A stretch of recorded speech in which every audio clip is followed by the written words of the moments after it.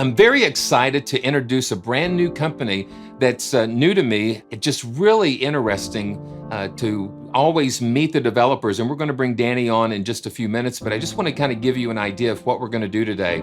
We're going to be talking about hammers and waves from Skybox Audio. It is a brand new collection of 10 different keyboards, and they run in the free Contact player. If you don't have Contact, if you get this library, it'll run in the free Contact player, which is always a great thing. So they've got MODRN grands, uprights, dulcitones, Celeste, toy pianos, Obscura, Relics, and electrics, and all kinds of things. And they've got an interesting way that they sampled these pianos, and we're going to talk a little bit more in detail about that. And they've got an introductory pricing on this collection that you can get in on. And I'm just playing the MODRN Grand, and it just feels buttery with this SL88. But I'm going to just show you briefly. But this is the interface, and they've done such a fantastic job. It's nice and clean, gives you all kinds of controls. We're going to get under the hood at some of these.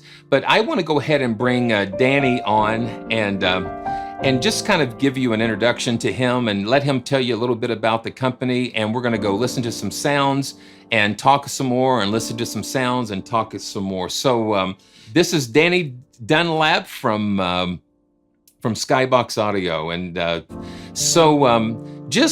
let's just get to know who Danny Dunlap is.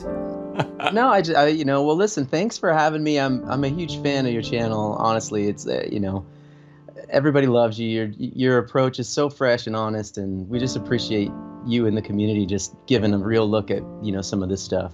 It's been awesome. But yeah, I mean, as far as me, I've been a full-time composer for the last couple of decades. I do a lot of television, a lot of advertising, and thank goodness I've been busy for a long time. And Wow. With this project, it really just came out of, I think a lot of people are sort of inspired to make their own sounds, a lot, especially composers, So I've been doing that for since the beginning. Really, you just kind of get in there and start making it happen. This being a piano library, it's one of those. It's the old joke, right? Like, oh, who needs another piano library? Yeah. Why? We don't exactly. have enough. Why do it? Well, I mean, the reason we started this project is kind of twofold. Firstly, yeah, I mean, I have all the same libraries and have been using them for years that everybody else has, and I may be alone in this, but it's tough sometimes to get a piano to sit in your track. No matter how many you have, you're constantly, well, maybe I'll try this one. Well, that one doesn't quite fit quite right, and maybe we'll try that one. And so really, what this started out as is just a mission to sort of make something that was flexible enough to really kind of sit in any kind of situation. So Right. So if you can't find it, make it. Yeah, I guess so. Yeah, for sure. And so when it really took off was, I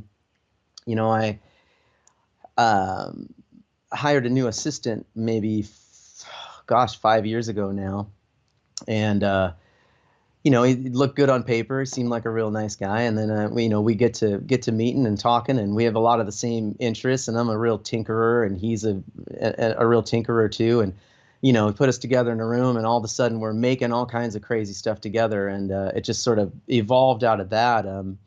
My kids, knowing that I'm always tinkering with stuff, one year they gave me a 3D printer for my birthday, and this was years ago now.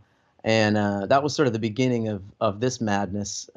Just started building all kinds of things, and then my partner, his name's Asrul Saleh, just a beautiful person and an outrageous genius. Wow.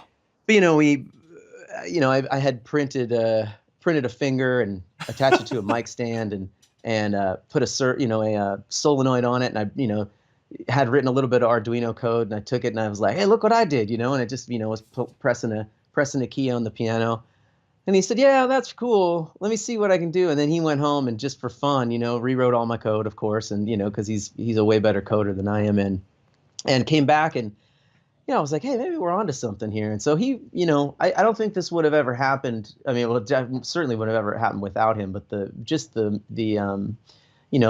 anybody who's just, getting to know this library, one of the unique things about it was, we sampled the whole thing with a robot that we built.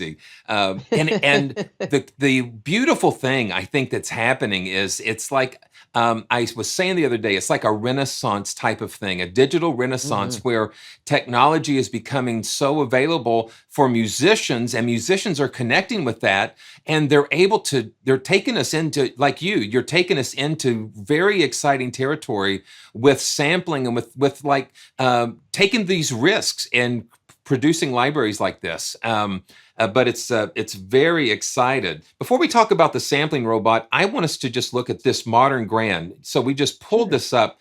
You can see this, Hammers and Waves comes in 4 different instrument NKIs. And the acoustic has a MODRN Grand, a Relic upright, and a UX upright. Now, I'm thinking that UX upright is more like a U4 type of upright. Would that be correct, or? Well, it was the instrument that we sampled was it's a UX3, which is a U3, but it's got the radial bracing in the back. It's like it's only made for the Japanese market. It's just got a little bit more resonance and a little fuller sound. Okay, we're going to find that out. And then the electric, has the Wurlitzer EP200, and then the Rode 73, the suitcase thing. And then we've got a prepared piano. You've got the upright, the Relic upright, doing some different things, muted, and then the Obscura Grand. I think you guys ran some felt in there. That's a felted Grand, right? And the muted Relic is, it's a gift. It's a gift that I'm passing on to. I mean, a lot. I'm definitely not the first person to do this, but felting a piano is one thing, but I've got this old Shaft Brothers upright in the studio, and I've gotten a lot of mileage over the years of just taking a piece of gaffer's tape and just putting it right between the strings and the hammers, and it gives this really cool plucky sound. Okay. And I've gotten a lot of mileage out of that, just when you're looking for something that's not quite pizzicato, but has a little, not ukulele, but it has a little, flavor to it. It's a great alternative. So that I really wanted to, for me more than anything else, wanted to get that in there. It's a very useful and fun sound. Cool. And lastly, this is kind of interesting. We've got the chimes. So like the dulcitone and the celeste and the toy piano is a really interesting category that you don't see a lot of. So, but let's go ahead. I'm just going to load up the MODRN Grand, and so it just comes as a single NKI. But you click that. I feel like the weatherman again. We're having a low pressure system move here in the preset area, and so you click that, and that opens a world of presets. And I love the categories. It helps you to really find out what you need, and then you can favorite whatever you need. I'm just going to pull up this MODRN Grand, play this, and see where this takes us, and then we're going to talk about that sampling robot.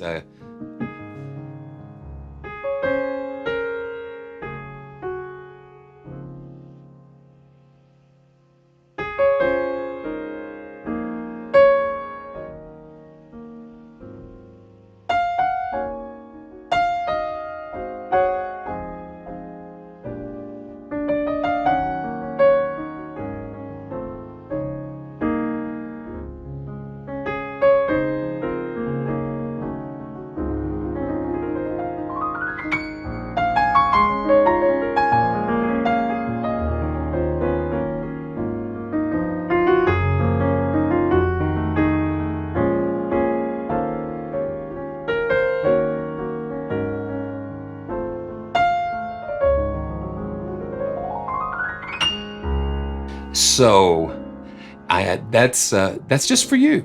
That's just for you. And the thing is, I always talk about this SL88, but but how it gives me the ability to play the full dynamic range on these libraries to get the most out of them, because I can just barely touch that. And then because you guys sampled those very soft triple P layers, that's what gives it that thing. And then you can kind of keep building that up, and it takes you through the whole range. So you're not thinking about velocity layers, because it just feels like it just kind of is flowing right up to where it needs to be. That's so great to hear. I mean, that was, definitely a big part of development. Just, I don't know, we can get into the robot, but the robot is what makes all that possible. That natural sort of velocity, the consistency. Response. The consistency. Yeah, the soft layers are quite literally the absolute softest possible, like the softest possible note that you can make on any instrument. That's the way the robot actually calibrates itself. And so when we set it down in front of a keyboard, it goes note by note, and it'll keep upping the voltage and upping the newtons of force until it hears an actual strike of the note. And then it says, okay, that's as soft as I can possibly play. And then it'll go all the way up to as hard as it can play. So that's the difference in the approach is like, and the difference in the feel is that, instead of, looking at waveforms or analyzing waveforms and saying, okay, this amplitude's louder than that one, this one's louder than that one, this one's louder than that one. Okay, we got our set of 16 because each one's louder than the next. Yeah. This instead applies the exact same curve of force to each note, and so what you end up with is a really honest, like, recreation of what the instrument feels like to play, like really what it really feels like, not an approximation of what the velocities might be. And so to me, it's all about the details, right? To me, that it just feels different and a little bit more. You just feel more connected, to the thing. And that's important. But it's just got a delicate, it's got a nice delicate sound. So this is like, is it like a C3 or a C6? Is that what C6. It's a C6. Okay. So that's kind of like a, not into that 7, but not in the smaller. It's kind of a nice, middle of the road. I think it's like 6'11". Yeah. Almost 7. Almost 7 feet. So we have like a different mic perspectives where we can take this close and far. I'm going to just, okay, so right now it is all the way over to the close. Mic, that you're listening to. Now let me take it over. You can actually command click and it'll go to the center. So this kind of gives you a blend of both the close and the far.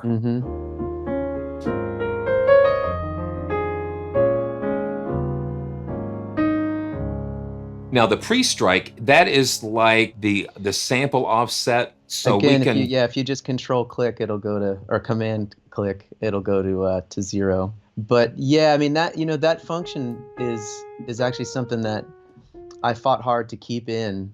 It's not for performance. No. It's, more. So if you drag down and just control click on it, it'll zero out. There you go.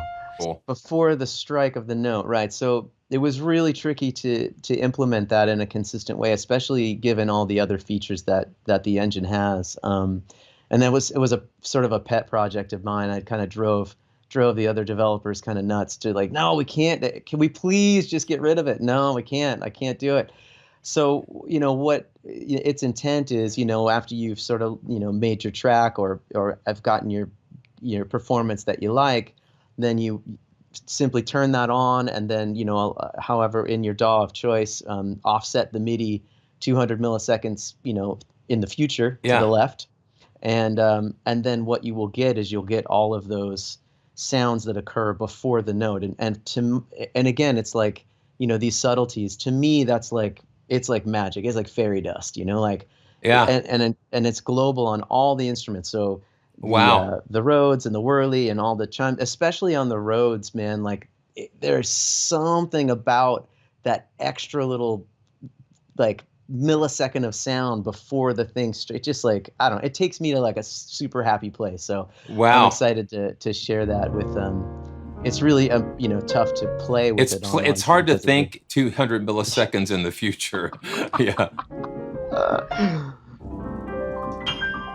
Okay, so all of this hyperrealism is going to be tied into the to this top here, the right? source layer, yeah. Okay. So there are three sound layers. There's the source, which is the original instrument, Okay. and then we can get into which I think if you want to, we can spend a little more time here because there's more stuff to check out. But then the other two sound sources are called Swarm, which is our deep granular synthesis, and then our fractals, which is a sort of motion engine arpeggiator. But if we go Okay. back to source, I want to share just a couple Okay. of other things that you may or may not have gotten into. So Yeah. we're listening to the mics down the center, and the color knob is just what you would think it would be, but it's, you know, very musical. It's a subtle. It's like a You tonal know, even on shift. either side, it's really just to help you sort of sit something in a mix, or get a little, you know, take a little bottom end out, or make something a slightly darker. Try to really make it a musical. So would it be like a tilt type of EQ or just like a tonal? Yeah, Okay. it's a tilt. Exactly. It's a tilt type of EQ with like a little bit of saturation. There's some special sauce in there, but yeah. Yeah. It's subtle, And but it's yeah, like what you said, subtle. It's meant to be. And then the shift. You've seen this in some other libraries, but this is sort of a timbre shift. But the thing that we did with it is, you know, a lot of libraries sort of govern how far that goes, and we sort of open that wide up so that you can really take it to an extreme. So if you turn that all the way to the left, for example, and play, you're going to start hearing a really dark sound.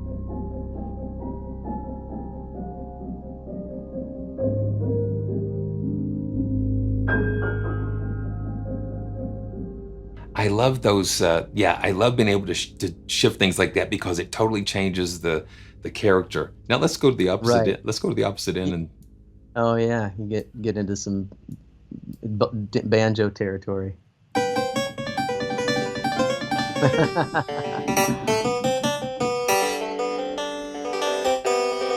okay, yeah, you said. But the thing, in more subtle amounts. I mean, in my Yeah. own, you know, I mean, obviously we've been developing this for a while, and I'm a working composer, and I'm using these every day. And one of the things that I love most about that control is I use it in place of EQ a lot of times. Yeah. So if something's not sitting quite right, I'll shift the timbre one way or the other, and it's like magic, like how it can like really just click into, you know, the rest of your mix. It's pretty awesome. It just kind of brightens it up a little bit when you go over to that right side. Yeah.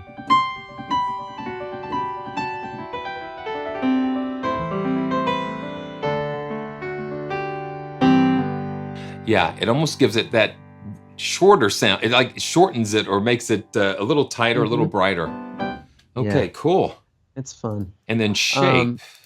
Yeah, that's just that's pretty interesting too. So if you go to the left, it'll give you a fixed note duration. Oh. Okay, yeah. And so the thing that's a little different about this, as opposed to just a ADSR, is when you set that duration, and if you click the label below, you can all the time-based things. When you see that little metronome, that's a sync. So you can drag it. Say if you dragged it to 16th notes, Oh, cool. or whatever, then you're going to get. If you go to the right, it's going to do a little something different. But if you go to the left, the right it takes the attack off. So it's basically like an envelope control in one knob. Oh, but that's the cool cool. thing about the shortening of the notes is that it plays the release samples. So it's not just stopping the note. It'll play a 30-second note and also play the release of the sample. So it's just neat for doing staccato passages and stuff like that. Yeah, when you look at this, it's like, oh, that's nice and clean, and then you go, there you go. And no, there's a lot to unpack. It's definitely holds a lot under the hood. Okay, let's go ahead and click on one of these other. Play some of the presets. I mean, this is the thing, right? It's like it's insanely flexible, and you know, from just the straight up stuff, patches, but also the presets are incredible. And we employed some partners on making the presets that, you know, have made presets for a lot of the instruments that we all love. And it was really fun to work with some peeps who have really spent a lot of time Oh at their yeah. craft making presets. So this is AETHER simulations, and you can hear like we've got a little bit of the swarm and fractals going on.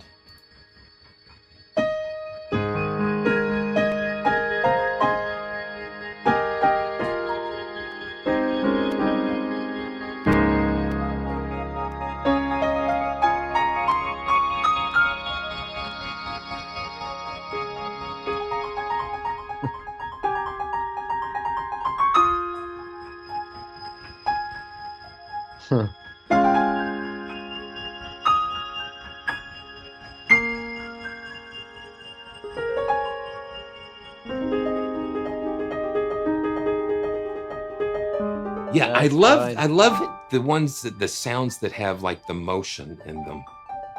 So yeah, so if you go back to the presets, you can actually isolate those with the meta tag. So you can go to the rhythmic tag, Yeah. which is yep, right there, and then those are the ones that have that, you know, those sort of qualities.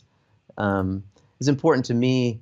A couple things with the presets, you know, to be able to find what you're looking for quickly is something that, you know, as a, you know, somebody who's working every day, that's just, you know, you got to be able to get to it. If you can't find it, it doesn't exist. Right. So right. And it's so it's a nightmare because you've got, I think they say you've got 500 presets or something like that. Yeah, with Yes. the whole complete bundle, there's a 500 presets. So yeah. just a nightmare And, to try to dive through all of that. Yeah, and I mean they're not. The thing about it is like, you know, again, like a lot of time was spent. You know, they're all usable and playable. That was like one of the most important things to me, is like they're actually playable and useful presets. There's not a lot any like, we tried to stay away from the like, look what we can do kind of presets, and, you know, opted for more, you know, functional sort of like, things that you're going to actually use in a project, things that'll kind of go, okay, so this is my litmus test for a preset is always like, I play a note, and then if I want to play another note, that's a good sign. Yeah, absolutely. Okay, this is hammered sequences, and so space, you've got some delays and reverb, and we've got the oh yeah, the fractals are doing some things. And so let's just let's lay into this and see what happens. Yeah.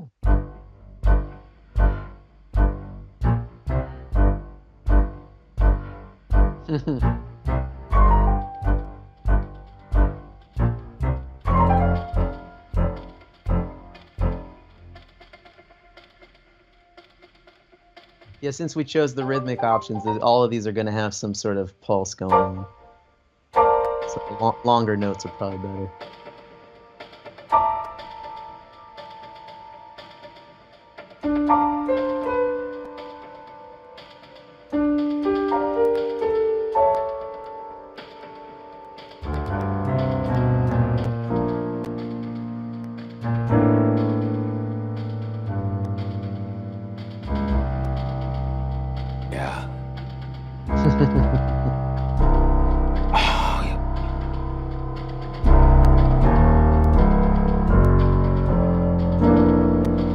That's fat, man.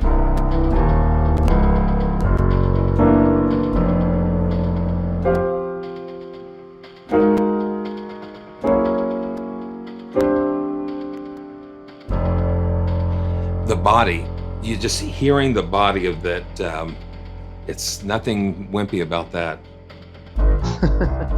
Great.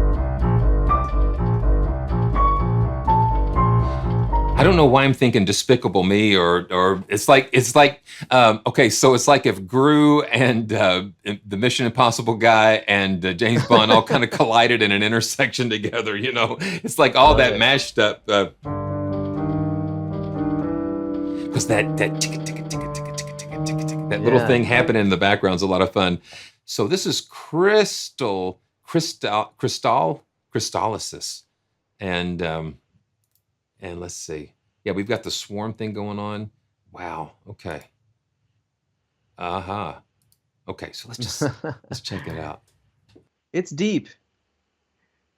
Yeah. Yeah, and this is just the piano. This is just the acoustic piano. So Right.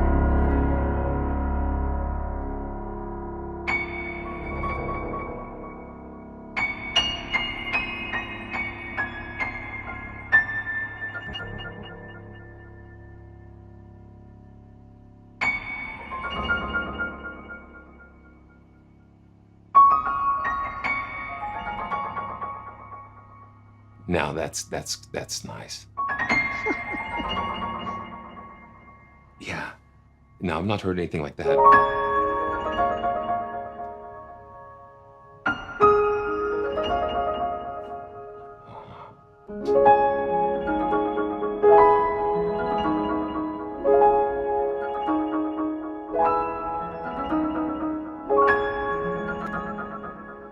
Yeah. Cool. Oh yeah. So if you go, I try that Dark Winston patch and take us back home a little bit. That'll give you an idea of just the flexibility of the normal instrument. This is just a more moody, more intimate.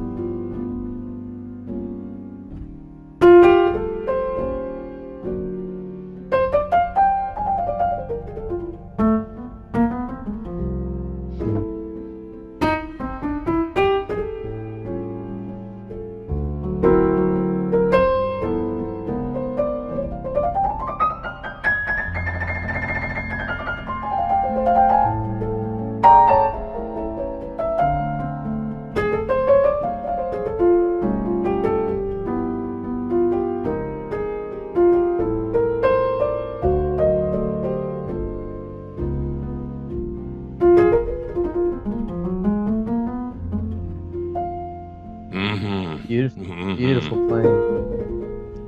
So I can hear in there. If you go back into the source, I'll show you one of the cool things about that sound is it's definitely got the strike feature on it. So if you click that arrow next to the strike, you can see the arrow over all the way. Yeah, right there. Oh, so this is an extra attack layer that you can add to sort of give a different vibe to the sound. So that's what I was feeling. That little extra something. Yeah, on and there. so like if you click the tack sample. You know, that's just down in the bottom left there. Yeah, that'll add like a little